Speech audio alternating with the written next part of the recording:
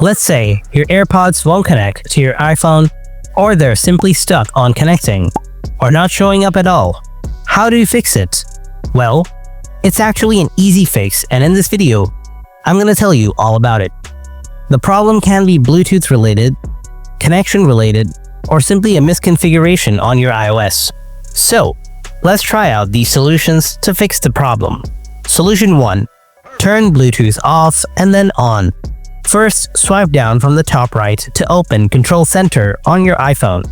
Tap the Bluetooth icon to set it off. Wait a few seconds. In the meanwhile, also check if your AirPods have proper charge. If your AirPods don't have enough charge, it will not connect easily.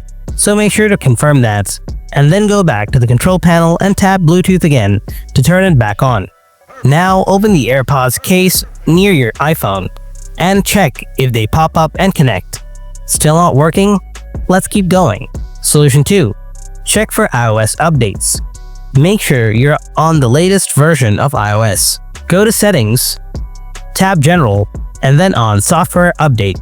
If you have any updates available, download and install them.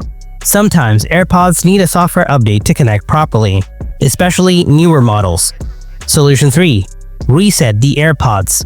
Put your AirPods in the charging case and close the lid. Then open the lid again and leave it open. Press and hold the button on the back for about 15 seconds. The light will flash red, then white. That means reset is complete. If your AirPod models have a touch response feature instead of a button, simply double tap the front part of the AirPods charging case a few times. Keep tapping until the light will flash red, then white, and that will complete the reset. Now simply reconnect your AirPods. It should work now. So guys, that's how you fix it when your AirPods won't connect to your iPhone. If one of these fixes helps, give the video a thumbs up and hit subscribe for more fast and easy tech solutions. Thanks for watching, and I'll catch you in the next video.